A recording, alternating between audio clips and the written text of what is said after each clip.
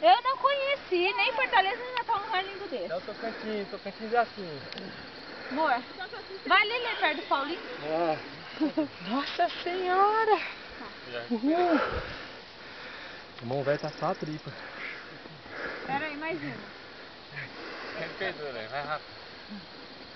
Ai, ridículo. Ó, pôr do sol não vai dar, mas vai dar uma iluminação massa e a luz tá vindo ali. Ó a chuva, nossa. Ah, ali é chuva? É. O arco-íris. Quando o sol vai Tá fazendo vídeo? assim, ó. Você acha? Panorâmica. Você conhece Fortaleza? Nós não estamos Ué, tranquilos, isso aqui gente. pra mim é muito. Misericocada, né? Compara. Pegou o vídeo do arco-íris? É beira-mar. Não, eu não sei se vai sair no vídeo. Ah, dá pra sair sim. Onde você viu isso? Olha a chuva vindo.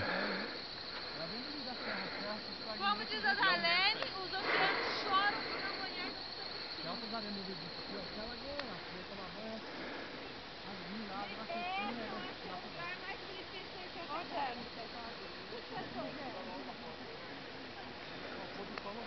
Isso é lindo demais. bonito, não é? Ai. Nossa senhora, tem que ir no médico, eu tô falta de ar. Isso não fuma, né? Que fumaça, tem que cair lá a primeira subida. Nossa, olha o arco-íris inteiro. Eu vi, tirei uma foto, ficou incrível. Vamos lá pegar a explicação dele?